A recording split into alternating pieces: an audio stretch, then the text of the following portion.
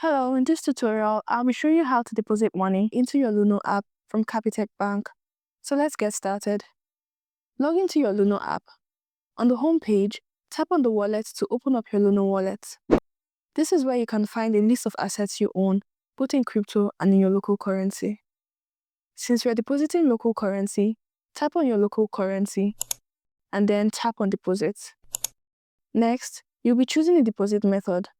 I'm selecting Instant EFT as I instantly want to do this transaction. From here, you can now input how much you want to deposit. Remember that the minimum you can deposit is 10 Rand. When you're done, tap Next. A transaction summary is then displayed. The transaction fee usually varies depending on how much is being deposited. Go over these figures to confirm and then tap Continue to pay you.